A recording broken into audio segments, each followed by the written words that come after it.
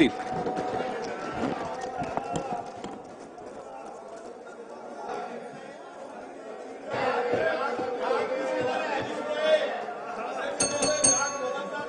Budget ऐकायचं आहे ना?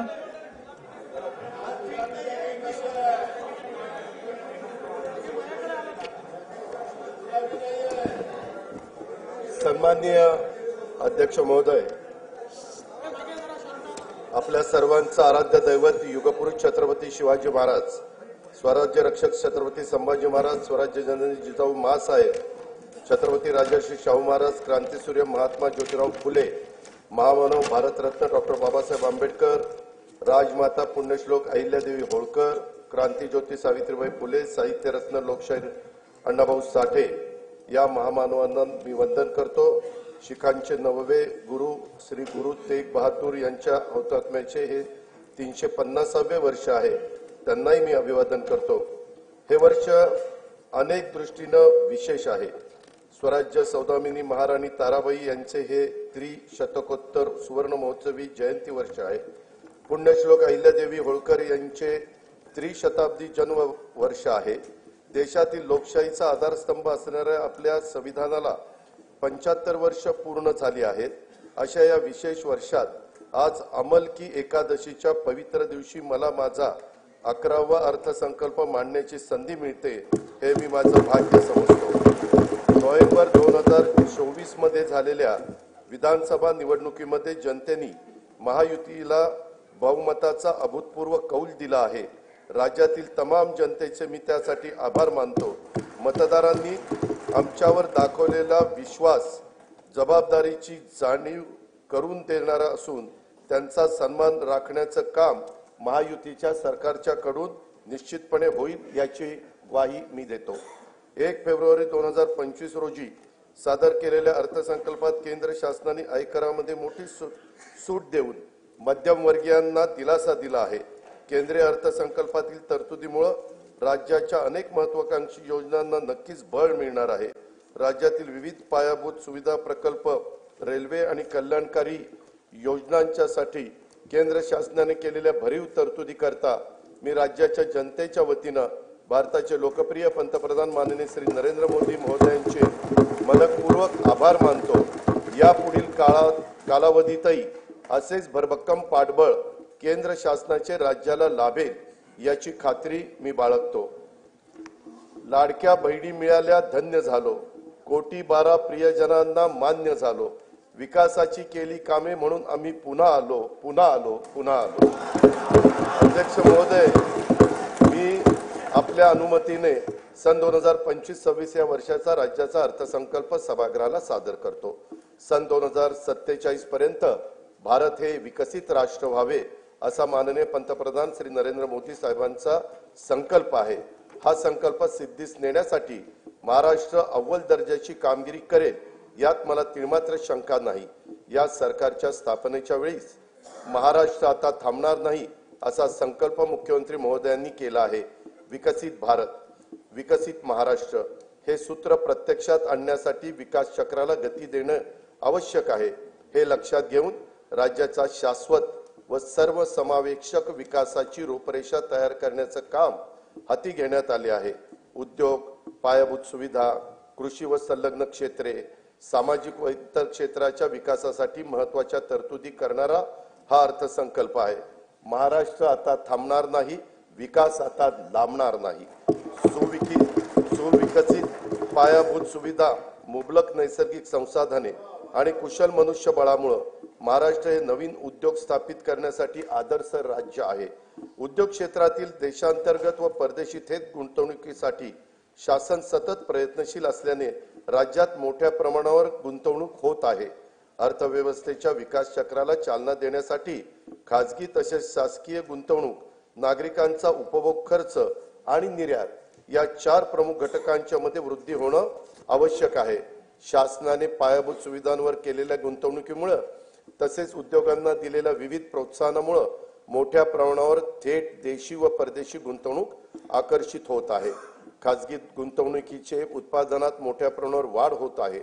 रोजगारात वाढ होऊन उत्पन्नात वृद्धी होत आहे। या व्यतिरिक्त शासनाच्या विविध योजनांचा लाभ लाभार्थींच्या बँक खात्यात थेट जमा करण्यात येत असल्याने क्रय शक्ती वाढली आहे। त्याचा परिणाम बाजारात वस्तू व सेवांच्या मागणीत वाढ होण्यात झालेला आहे। परिणामी गुंतवणूक, रोजगार निर्मिती, वाढीव उत्पन्न, मागणी, गुंतवणूक असे विकास चक्र फिरते आहे।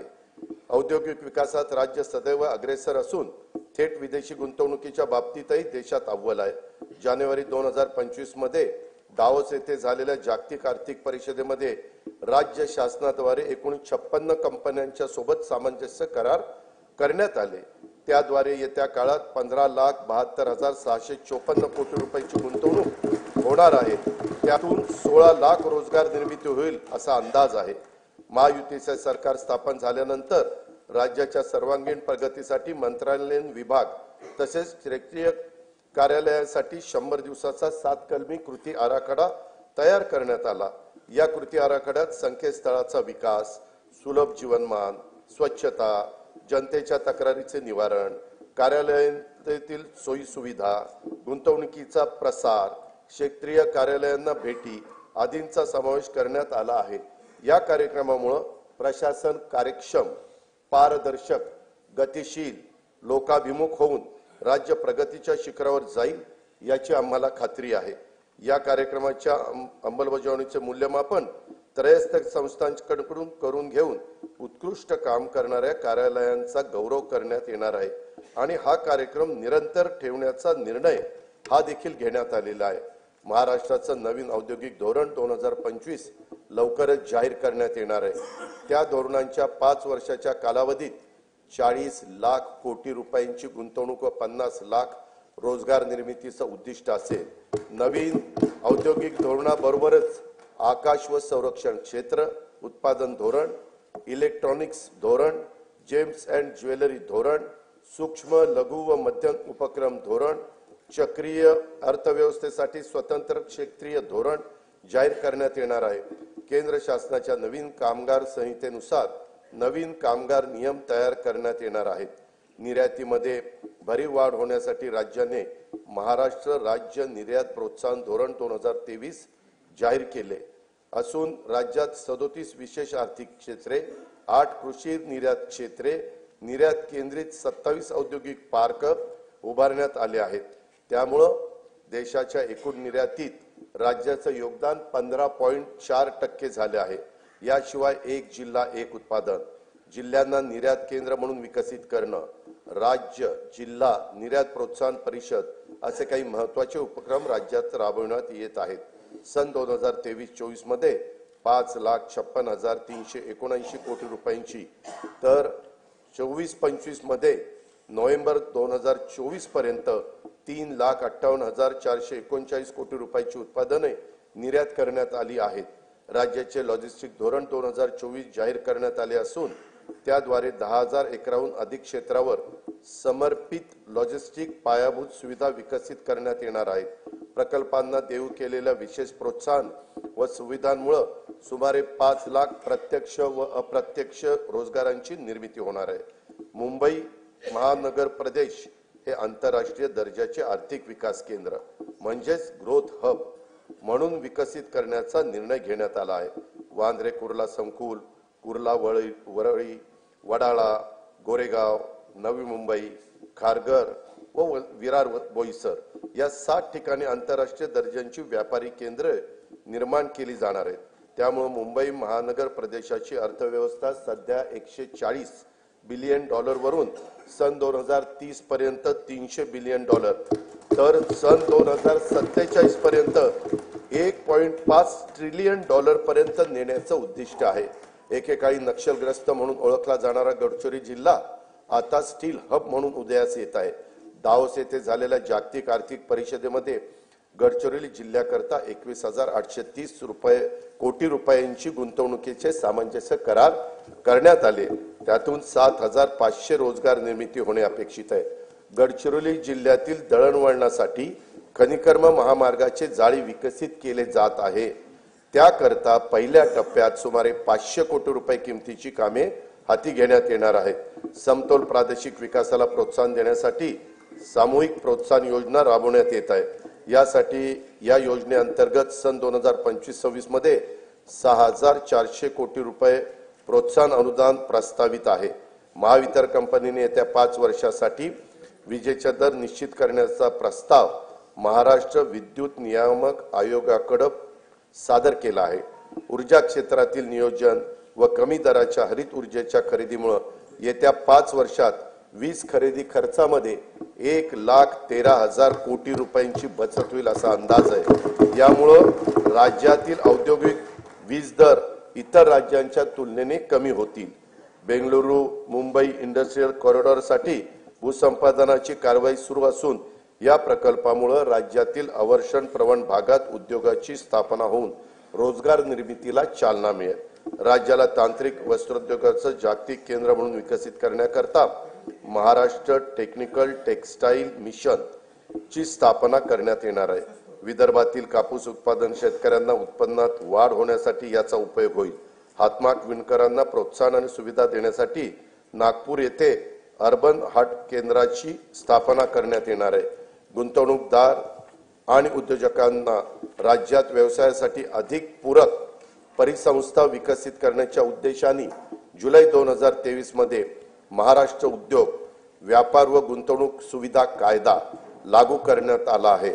उद्योजकांना त्यांच्या उद्योगाचा विस्तार करण्यासाठी तसेच नवीन उद्योग स्थापन करण्यासाठी 17 विभागांच्याकडून देण्यात येणाऱ्या 141 सेवा आता मैत्री या संकेतस्थळामार्फत देण्यात येत आहे। आम्हावरी खिळले डोळे उद्याच्या पिढ्यांचे, आज स्वप्न बघतो आम्ही उद्याच्या दिसांचे। नवीन पिढीला रोजगारांच्या संधी उपलब्ध करून देण्यासाठी तसेच नव उपक्रमांमध्ये राज्य अग्रेसर व्हावे यासाठी नवी मुंबई येथे 250 एकर क्षेत्रावर नाविन्यता नगर इनोव्हेशन सिटी उभारण्यात येणार आहे। रतन टाटा महाराष्ट्र राज्य कौशल्य विद्यापीठाकडून मायक्रोसॉफ्ट कंपनी मार्फत 10,000 महिलांना कौशल्य व कृत्रिम बुद्धिमत्ता या विषयाचे प्रशिक्षण देण्यात येत आहे। सन 2025-26 या वर्षाकरता कार्यक्रम खर्चाकरता उद्योग विभागास 1,021 कोटी रुपये, कामगार विभागास 171 कोटी रुपये, वस्त्रोद्योग विभागास 774 कोटी रुपये आणि कौशल्य रोजगार उद्योजकता आणि नाविन्यता विभागास 807 कोटी रुपयाचा नियतव्यय प्रस्तावित आहे। पायाभूत सुविधांच्या मध्ये 1 रुपयाची गुंतवणूक केली तर स्थूल राज्य उत्पन्नामध्ये 2.5 ते 3.5 रुपयांची वाढ होते। हे लक्षात घेऊन विमानचालन, रेल्वे, मेट्रो, महामार्ग, जलमार्ग, जलवाहतूक, बंदर विकास, सिंचन, ऊर्जा, परिवहन व दळणवळण येत्या क्षेत्रात येत्या 5 वर्षात विक्रमी गुंतवणूक करण्याचा शासनाचा निर्धार आहे। महाराष्ट्र सागरी विकास धोरण 2023 मध्ये बंदर विकासाकरता स्वामित्व धन, अकृषी कर, वीज शुल्क आणि मुद्रांक शुल्क यातून सूट देण्यात आली आहे। विजेसाठी औद्योगिक दर लागू करण्यात आला आहे। प्रवासी जलवाहतूक व किनारी पर्यटनाला चालना देण्यासाठी प्रवासी व बंदर करातून सूट देण्यात आली आहे। बंदराच्या करारांचा कमाल कालावधी देखील आता 90 वर्ष करण्यात आला आहे। जवाहरलाल नेहरू बंदर प्राधिकरण आणि महाराष्ट्र सागरी मंडळ हे संयुक्तरित्या पालघर जिल्ह्यात वाढवण बंदर विकसित करीत आहे। या प्रकल्पाचा एकूण खर्च 76,220 कोटी रुपये असून त्यात राज्य शासनाचा सहभाग 26% आहे।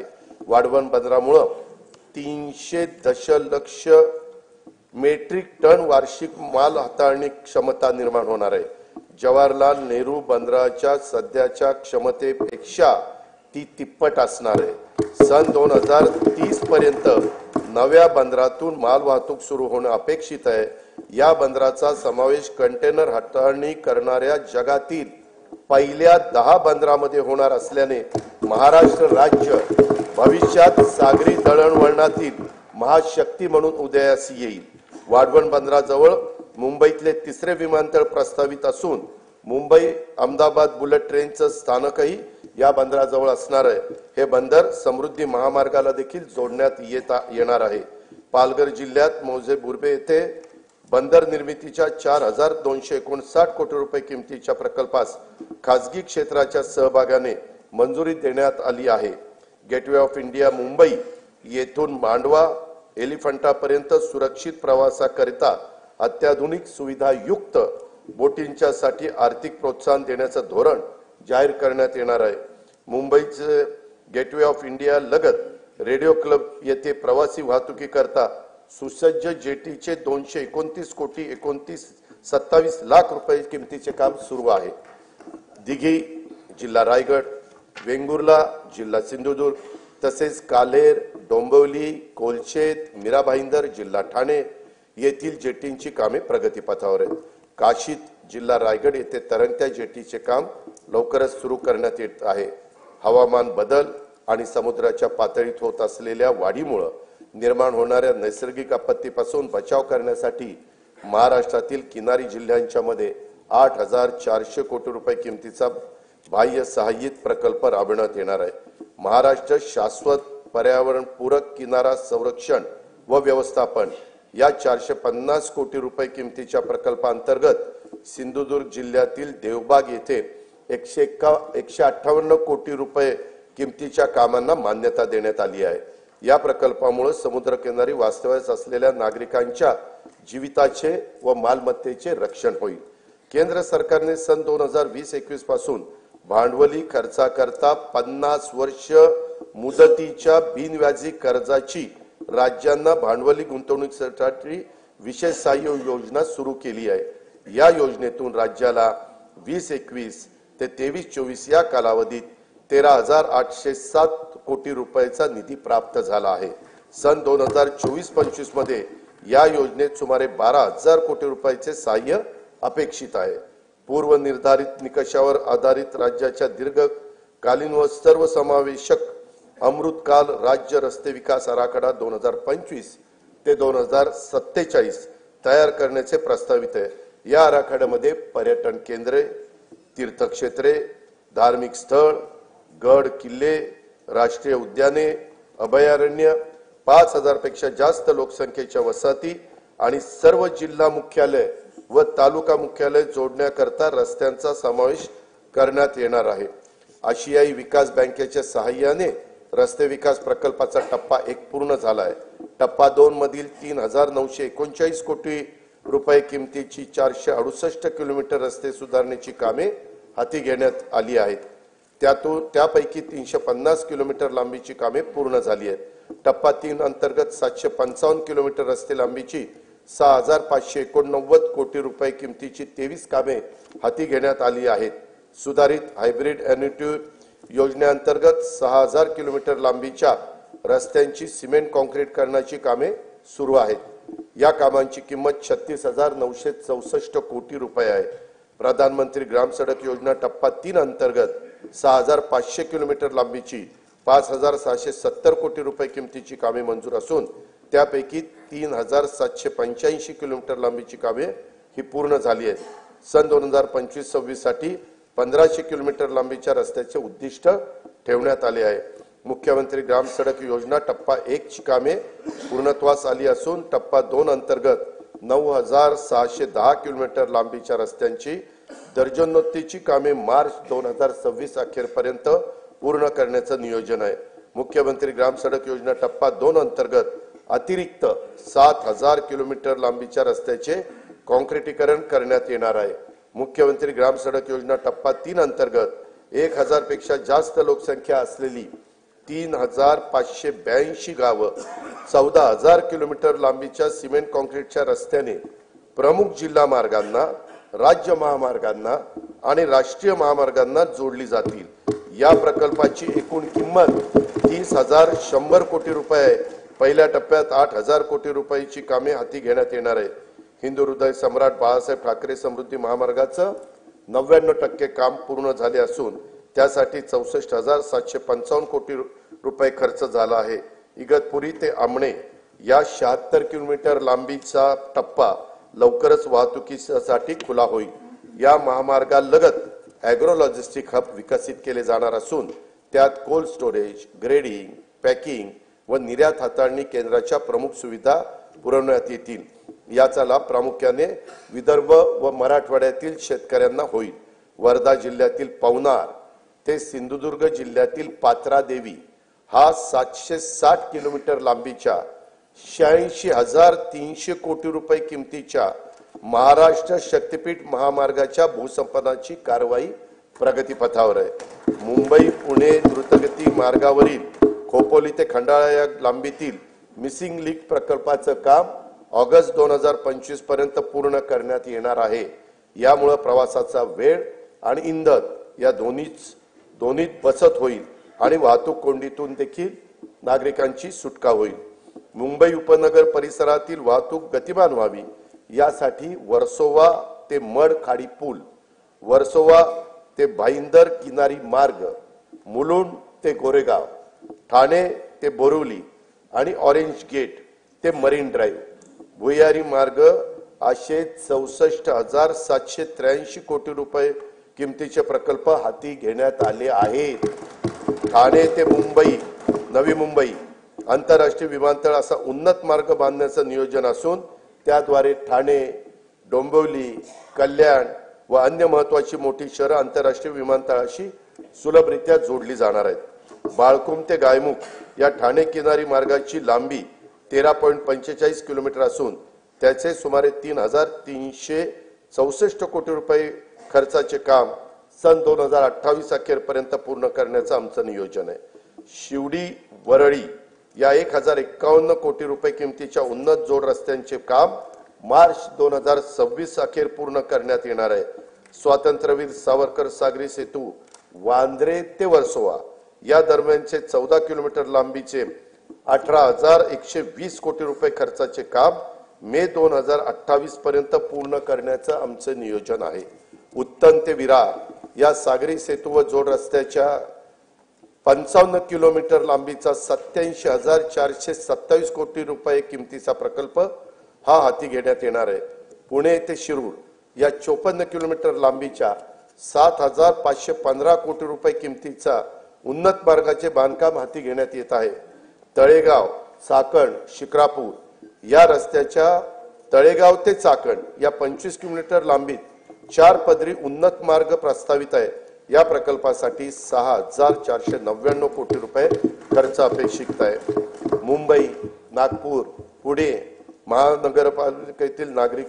महानगरातील नागरिकांना पर्यावरणपूरक, शाश्वत, विनाअडथळा व वातानुकूलित वाहतूक सुविधा उपलब्ध करून देण्यासाठी एकूण 143.57 किलोमीटर लांबीचे मेट्रो मार्ग कार्यान्वित करण्यात आले आहेत। या सेवेचा लाभ सुमारे 10 लाख प्रवासी रोज घेत आहेत। येत्या वर्षात मुंबईत 41.2 किलोमीटर व पुण्यामध्ये 23.2 किलोमीटर असे 64.4 किलोमीटर लांबीचे मेट्रो मार्ग सुरू होणार आहेत। येत्या 5 वर्षांमध्ये आपल्या राज्यात एकूण 237.5 किलोमीटर लांबीचे मेट्रो मार्ग कार्यान्वित करण्यात येणार आहेत। नागपूर मेट्रोचा 40 किलोमीटर लांबीचा पहिला टप्पा पूर्ण झालाय। आता दुसऱ्या टप्प्यात 6,708 कोटी रुपये किमतीच्या 43.80 किलोमीटर लांबीचे काम प्रगतीपथावर आहे। ठाणे वर्तुळाकार मेट्रो मार्ग तसेच पुण्यातील स्वारगेट ते कात्रज विस्तार मार्गिका आणि या प्रकल्पास केंद्र शासनाने मान्यता पण दिलेली आहे। पुणे मेट्रो रेल्वे टप्पा 2 अंतर्गत खडकवासला, स्वारगेट, हडपसर, खराडी आणि नळस्टॉप वारजे माणिकबाग या 2 मार्गिकांच्या 9,897 कोटी रुपये किमतीचा प्रस्ताव केंद्र शासनाच्या मान्यतेकरता पाठविलेला आहे। मुंबईतील छत्रपती शिवाजी महाराज आंतरराष्ट्रीय विमानतळ ते नवी मुंबई आंतरराष्ट्रीय विमानतळ या मेट्रो मार्गाचे काम लवकरच हाती घेण्यात येणार आहे। नवी मुंबईतील उल्वे येथे 1,160 हेक्टर क्षेत्रामध्ये नव्याने विकसित होत असलेल्या नवीन मुंबई आंतरराष्ट्रीय विमानतळाची दरवर्षी 90 दशलक्ष प्रवासी आणि 2.6 दशलक्ष टन माल वाहतुकीची क्षमता असणार आहे। या प्रकल्पाचे सुमारे 85% काम पूर्ण झाले असून चाचणी उड्डाणेही यशस्वीरित्या पार पडली आहेत।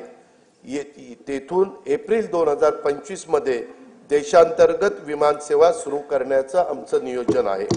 नागपूर येथील डॉक्टर बाबासाहेब आंबेडकर आंतरराष्ट्रीय विमानतळाचे खासगी सहभागातून श्रेणीवर्धन आणि आधुनिकीकरण करण्यात येत आहे। प्रवासी आणि माल वाहतूक क्षमतेत त्यामुळे वृद्धी होईल। विदर्भाच्या सर्वांगीण आर्थिक विकासाला यामुळे चालना मिळेल। शिर्डी विमानतळाचा 1367 कोटी रुपये किमतीचा विकास कामांना मान्यता देण्यात आलेली आहे। ती कामे सुरू आहेत। सन 2021 मध्ये शिर्डी विमानतळाला प्रमुख विमानतळाचा दर्जा देखील प्राप्त झालेला आहे। नाईट लँडिंगची सुविधाही लवकरच सुरू करण्यात येणार आहे। अमरावतीमधील बेलोरा विमानतळाचे काम पूर्ण झाले असून तेथून 31 मार्च 2025 पासून प्रवासी सेवा सुरू करण्याचं आमचं नियोजन आहे। रत्नागिरी विमानतळासाठी 147 कोटी रुपये किमतीची कामे प्रगतीपथावर आहेत। गडचिरोली येथील नवीन विमानतळ सर्वेक्षण आणि अन्वेषणाची कामे ही सुरू केलेली आहेत। अकोला विमानतळाच्या विस्तारासाठी आवश्यक जो निधी लागेल तो उपलब्ध करून देण्यात येणार आहे। महाराष्ट्र राज्य मार्ग परिवहन महामंडळाच्या 6000 डिझेल बसेसचं रूपांतर CNG आणि LNG बसमध्ये करण्याची प्रक्रिया सुरू आहे। महामंडळाला नवीन बस खरेदीसाठी देखील शासनाकडून अर्थसहाय्य उपलब्ध करून देण्यात येणार आहे। सन 2025-26 या वर्षासाठी कार्यक्रम खर्चाकरता बंदरे विभागास 484 कोटी रुपये, सार्वजनिक बांधकाम रस्ते विभागास 19,936 कोटी रुपये, परिवहन विभागास 3,710 कोटी रुपये, नगर विकास विभागास 10,729 कोटी रुपये, ग्राम विकास विभागास 11,480 कोटी रुपये, पर्यावरण व वातावरणातील बदल विभागास 245 कोटी रुपये, ऊर्जा विभागास 21,534 कोटी रुपये नियतवे प्रस्तावित आहे।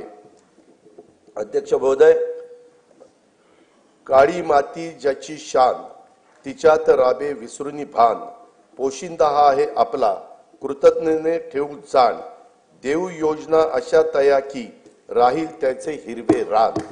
शेती आणि शेतकरी हा आपल्या जीवनाचा मूलाधार आहे।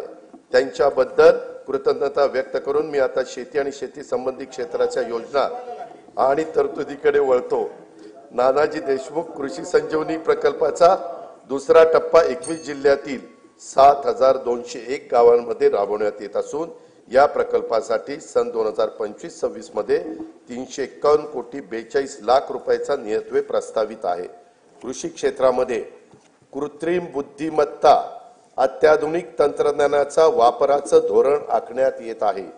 शेतकऱ्यांना पीक नियोजनाचा सल्ला देणं, उत्पादन खर्च शेतकऱ्यांचा कमी करणं, उत्पादकता शेतकऱ्यांची वाढवणं, दर्जेदार शेतमालाचे उत्पादन तसेच शेतमालाला हक्काची आणि शाश्वत बाजारपेठ मिळवून देणं यासाठी शासकीय, निमशासकीय व खासगी क्षेत्रात उपयुक्त असलेल्या प्रणाली शेतकऱ्यांच्या पर्यंत पोहोचवण्यासाठी कृत्रिम बुद्धिमत्ता तंत्रज्ञानाचा वापर करण्यात येणार आहे।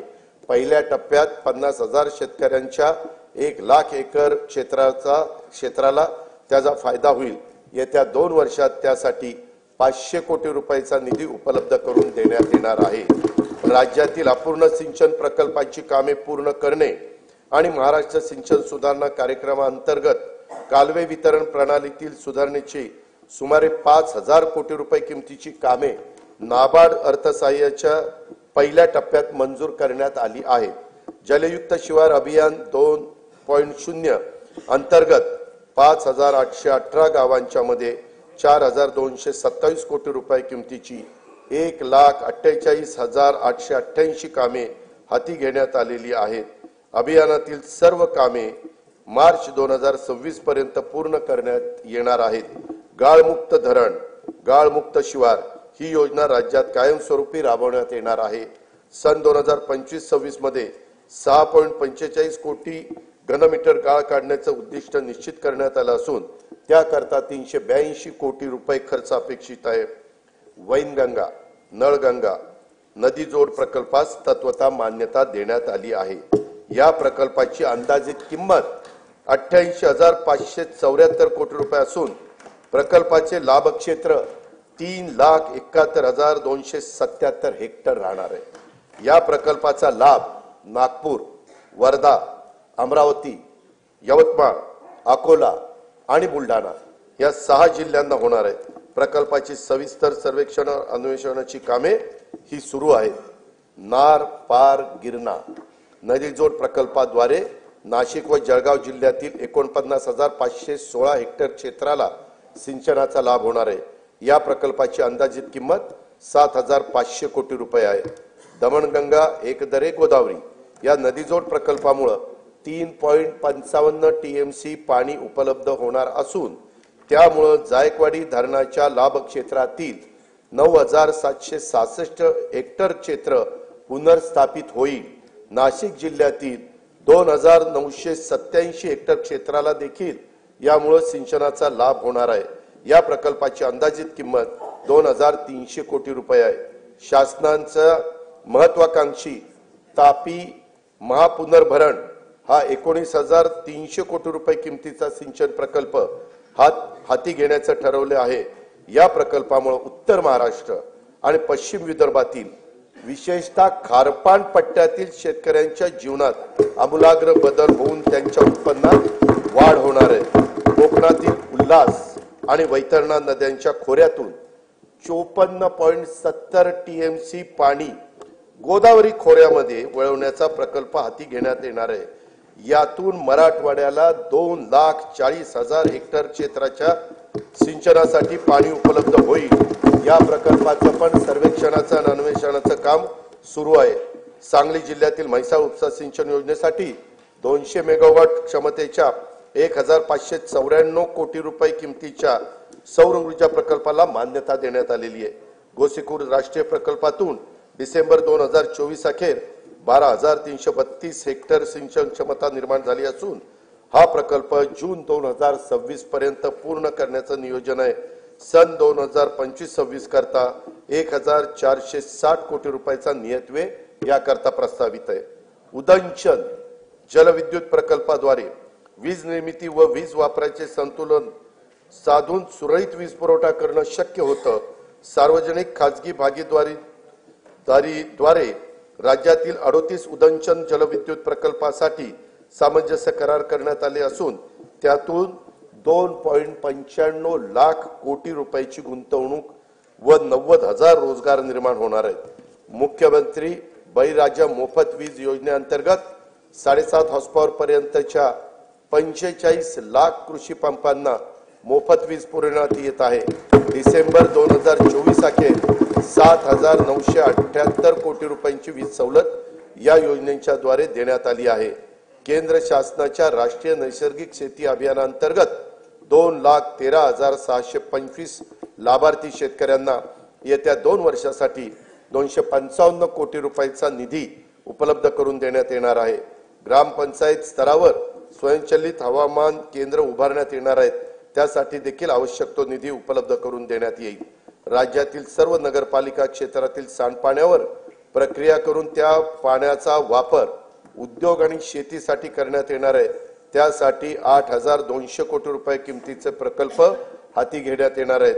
राज्यातील बांबू उत्पादक शेतकऱ्यांना प्रोत्साहन देणे, बांबूला बाजारपेठ उपलब्ध करून देणे आणि बांबू आधारित उद्योगांना चालना देण्यासाठी राज्यात 4,300 कोटी रुपये किमतीच्या बांबू लागवड प्रकल्प राबवण्यात येणार आहे। संयुक्त राष्ट्र संघाने सन 2025 हे वर्ष आंतरराष्ट्रीय सहकार वर्ष म्हणून घोषित केले आहे। त्या अनुषंगाने राज्यात विविध कार्यक्रम महोत्सव आयोजित करण्यात येणार असून त्यासाठी पुरेसा निधी देखील उपलब्ध करून देण्यात येईल। लहान सीमांत शेतकरी व कृषी नव उद्योजकांना केंद्रस्थानी ठेवून शेतमालाच्या मूल्य साखळ्यांच्या विकासासाठी 2,100 कोटी म्हणजेच 2100 कोटी रुपये किमतीचा माननीय बाळासाहेब ठाकरे कृषी व्यवसाय व ग्रामीण परिवर्तन स्मार्ट प्रकल्प राबवण्यात येत आहे।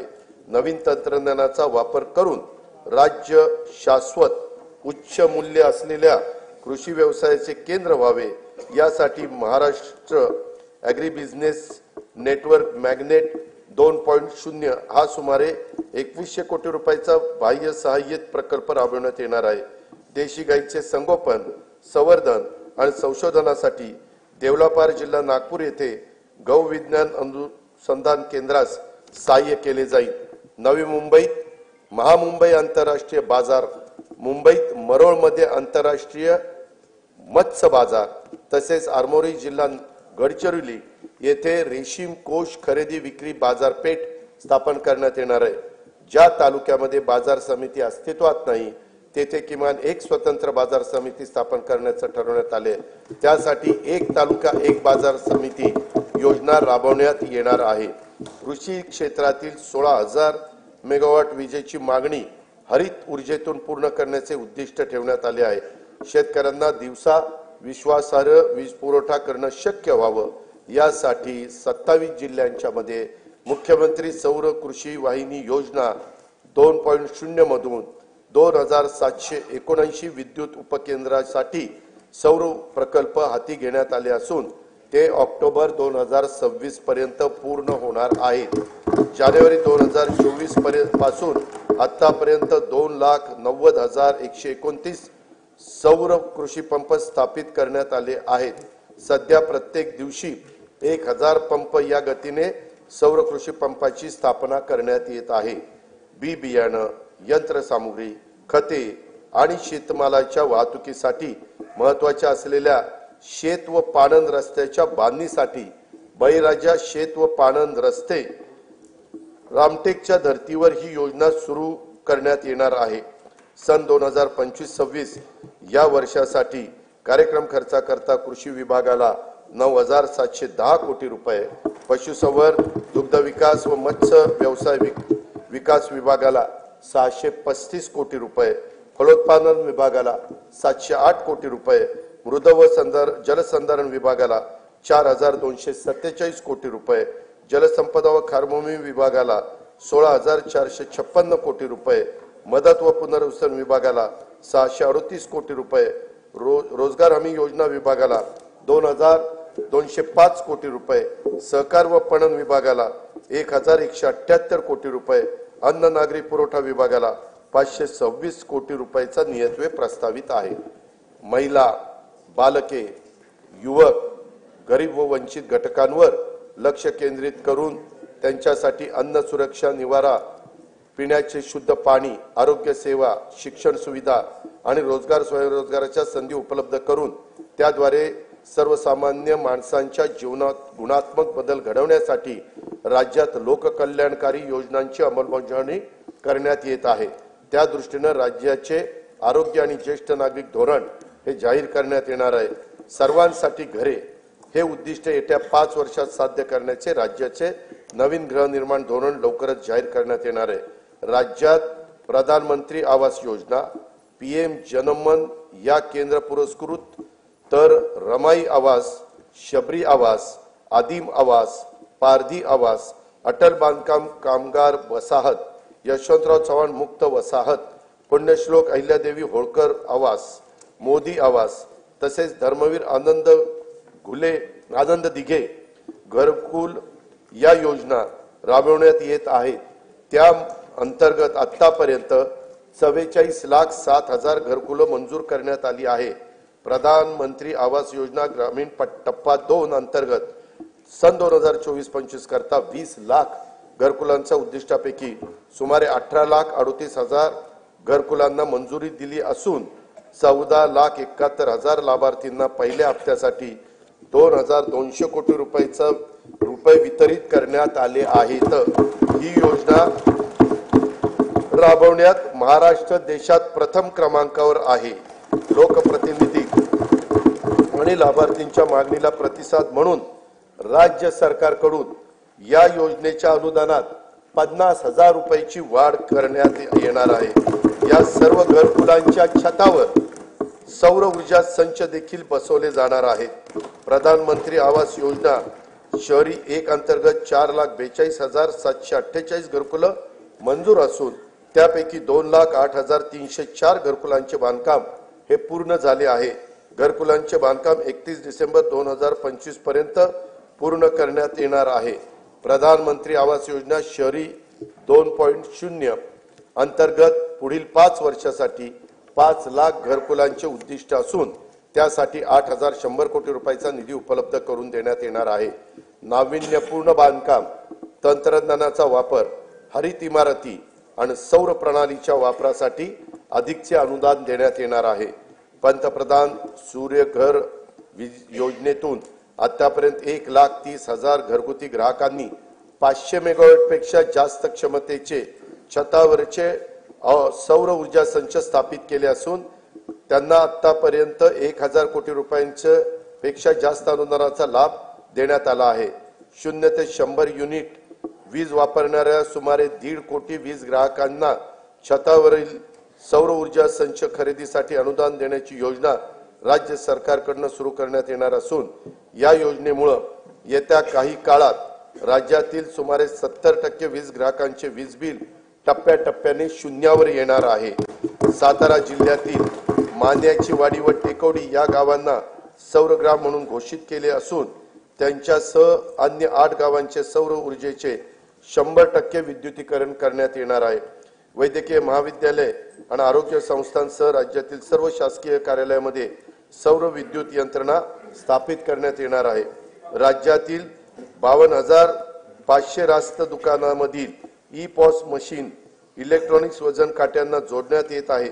राष्ट्रीय अन्न सुरक्षा योजनेअंतर्गत सप्लाय चेन ब्लॉक चेन तंत्रज्ञान वापरून स्वस्त धान्याची वाहतूक व वितरण प्रणाली अधिक पारदर्शक व कार्यक्षम करण्यात येणार आहे।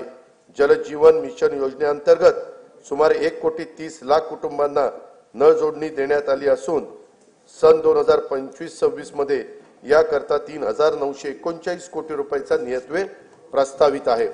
गोदावरी खोरे पुनर्भरण व मराठवाडा ग्रीड हे महत्वाकांक्षी प्रकल्प आंतरराष्ट्रीय वित्तीय संस्थांच्या सहाय्याने राबवण्यात येणार आहेत। या प्रकल्पाची एकूण किंमत 37,668 कोटी रुपये आहे।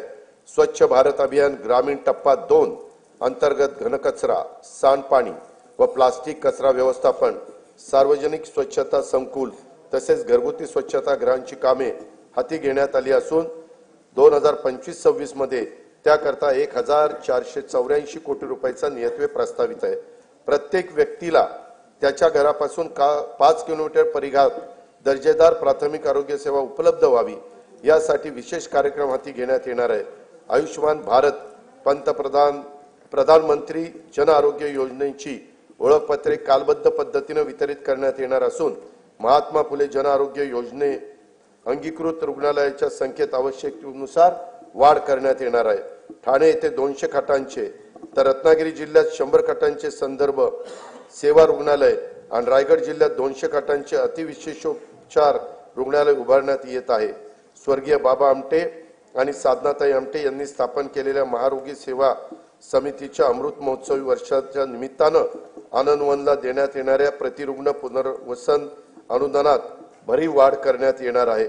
राज्यातील मागासवर्ग व दुर्बल घटकांच्यासाठी निवारा, वीज, पाणी, आरोग्य, शिक्षण, पोषण तसेच रोजगाराच्यासाठी योजना राबवण्यात राज्य अग्रेसर असून महायुती सरकार या घटकांचा जीवनस्तर उंचावण्यासाठी कटिबद्ध आहे।